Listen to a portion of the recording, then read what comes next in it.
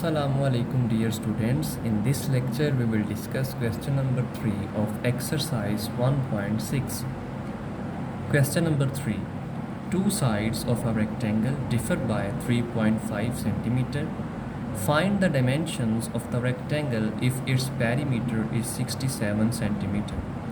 तो स्टूडेंट्स इस क्वेश्चन में हमने रेक्टेंगल की डायमेंशंस फाइंड करनी है और दो कंडीशंस हमें गिवन है कि रेक्टेंगल की जो दोनों साइड्स हैं उनमें डिफरेंस 3.5 सेंटीमीटर है और उसका पेरीमीटर 67 सेंटीमीटर है। Solution: let length of rectangle is equal to x, let width of rectangle is equal to y। क्योंकि हमने डायमेंशंस फाइंड करनी है तो हम सबसे पहले उन डायमेंशंस को सपोज कर लेते हैं। डायमेंशंस का मतलब लेंथ और विड्थ ही होता है।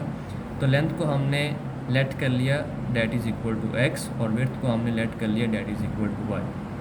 अब दो गिवन कंडीशंस हैं उनको यूज़ करते हुए हम दो इक्वेशंस बनाएंगे और दो इक्वेशंस को सॉल्व करेंगे, x और y की वैल्यूज़ फाइंड कर लेंगे।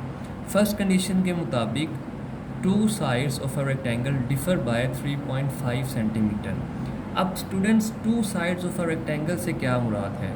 इससे मुराद ये है कि एक साइड उसकी लेंथ है एंड सेकंड साइड उसकी विड्थ है और उन दोनों का डिफरेंस 3.5 सेंटीमीटर है। मतलब ये है कि लेंथ और विड्थ का डिफरेंस 3.5 सेंटीमीटर है। तो लेंथ इक्वल है x के और विड्थ इक्वल है y के। तो डिफरेंस का मतलब नेगेटिव साइन यूज़ करेंगे, x minus y is equal to 3.5। यहाँ पे यूनिट लिखने की ज़रूरत नहीं क्योंकि हमने इनको सॉल्व करना है। जब हम x और y की वैल्यूज़ फाइंड कर लेंगे तो वहाँ पे हम यूनिट मेंशन कर देंगे। तो this is equation number 1 by second condition के मुताबिक पेरीमीटर इज़ 67। पेरीमीटर 67 है and we know that perimeter of a rectangle is equal to 2 into x plus Y.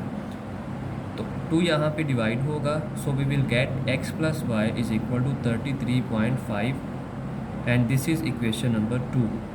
हमने दो इक्वेशंस बना ली हैं, this is equation number 1 and this is equation number 2।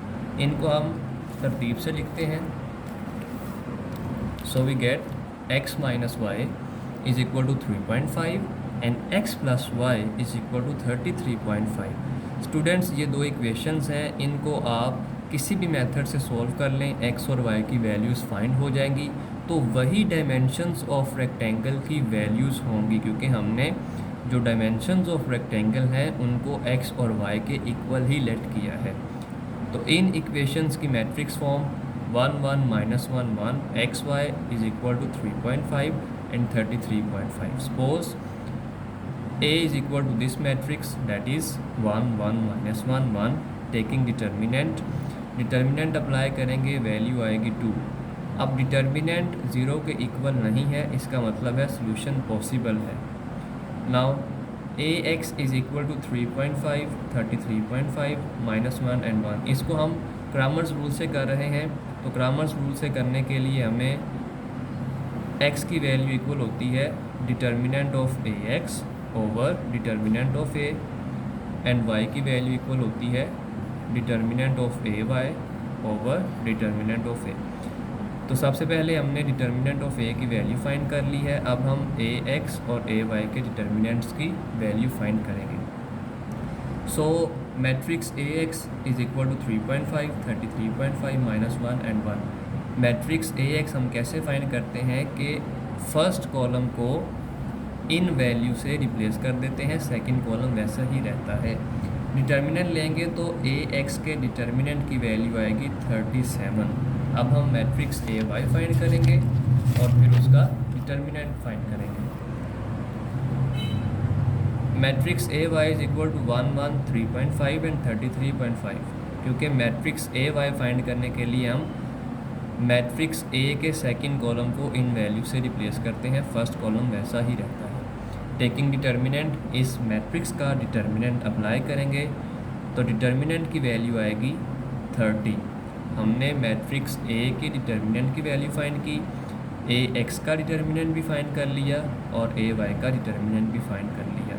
Bye Kramers rule के मुताबिक x की value equal होती है determinant of ax over determinant of a and y is equal to determinant of ay over determinant of a।